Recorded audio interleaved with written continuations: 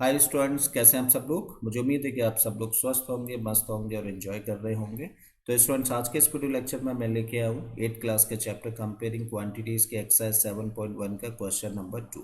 छोटा सा क्वेश्चन है लेकिन बड़ा इंपॉर्टेंट है। इस क्वेश्चन में हम लोगों को दिया है convert the following ratios to percentage. Question में देखिए दो पार्ट्स हैं और इन दोनों ही पार्ट्स में हम लोगों को दो रेशियोज दे रखे हैं और इन रेशियोज को अब हम लोगों को परसेंटेज में चेंज करना है। तो बड़ा सिंपल है, कैसे करेंगे। देखो फर्स्ट पार्ट पर हम लोग आते हैं और फर्स्ट पार्ट में हम लोगों को जो रेशियो दे रखा है वो क्या है, 3:4 है।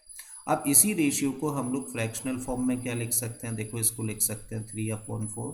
अब एक बड़ा इंपॉर्टेंट पॉइंट है, जब भी कभी हम लोगों को किसी भी नंबर, चाहे वो कैसी फॉर्म में हो, वो अपने आप में क्या हो, एक फ्रैक्शन हो या फिर वो डेसिमल नंबर हो, जब किसी भी ऐसा नंबर जो कि फ्रैक्शनल फॉर्म में हो या फिर डेसिमल फॉर्म में हो, अगर इसको हम लोगों को परसेंटेज में चेंज करना होता है तो जस्ट क्या करिए, 100 से मल्टीप्लाई कर दिए और जैसे ही 100 से मल्टीप्लाई करते हैं तो यही नंबर किस में चेंज हो जाता है, परसेंटेज में चेंज हो जाता है।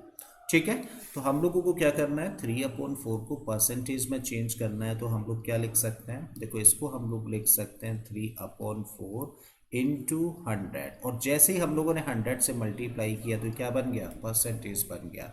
अब देखो इसको सिंप्लीफाई कर लीजिए। 4 से देखो ये 1 टाइम कैंसिल हो जाएगा, 4 से 100 कितने टाइम्स हो जाएगा, 25। ठीक है, अब 25 और 3 का मल्टीप्लाई करेंगे तो क्या मिलेगा, 75 और साथ में अब क्या है, परसेंटेज।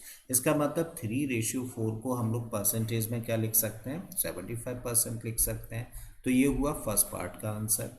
जब हम लोग नेक्स्ट पार्ट पर आए तो यहाँ पे रेशियो हम लोगों को दे रखा है 2:3 और इसी को फ्रैक्शनल फॉर्म में क्या लिखा जा सकता है, इसको लिख सकते हैं हम लोग 2/3।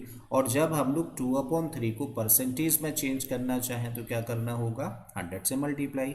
तो भाई 2/3 हम लोगों ने ऐसे ही रखा, 100 से इसको मल्टीप्लाई किया और जैसे ही हम लोगों ने 100 से मल्टीप्लाई किया तो ये परसेंटेज साइन लिखना पड़ेगा क्योंकि चेंज हो गया ना परसेंटेज में। अब इसको कर लेते हैं सिंप्लीफाई, यानी कि सिंप्लीफाइड फॉर्म में ले आते हैं। कुछ कैंसिल होगा, नहीं होगा। और जब कुछ भी कैंसिल ना हो ऊपर और नीचे तो क्या करिए, ऊपर ऊपर के नंबर्स यानी कि न्यूमरेटर न्यूमरेटर्स का मल्टीप्लाई और डिनोमिनेटर्स डिनोमिनेटर्स का मल्टीप्लाई।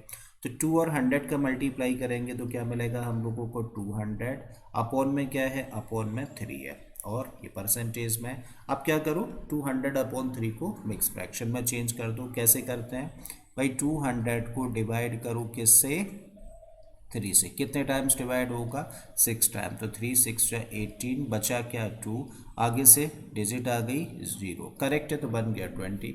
फिर से डिवाइड करोगे तो 6 टाइम्स फिर से होगा, तो 3 6 18 माइनस करोगे तो 2। अब आगे नंबर है, नहीं है, तो इसका मतलब क्या लिख सकते हैं इसको हम लोग, 66 होल। मतलब यहाँ पे जो नंबर आता है वो होल में लिखा जाता है और जो रिमाइंडर बचता है उसको हम लोग यहाँ पर लिखते हैं और जो डिवाइजर होता है उसको हम लोग यहाँ पर लिखते हैं और यही आंसर हो गया। यानी कि 2:3 को परसेंटेज में क्या लिख सकते हैं हम लोग, 66 होल 2/3%। तो ये अगले पार्ट का आंसर हो जाता है। ठीक है, तो मुझे उम्मीद है स्टूडेंट्स कि आप लोगों को ये दोनों ही पार्ट्स अच्छे से समझ आ गए होंगे।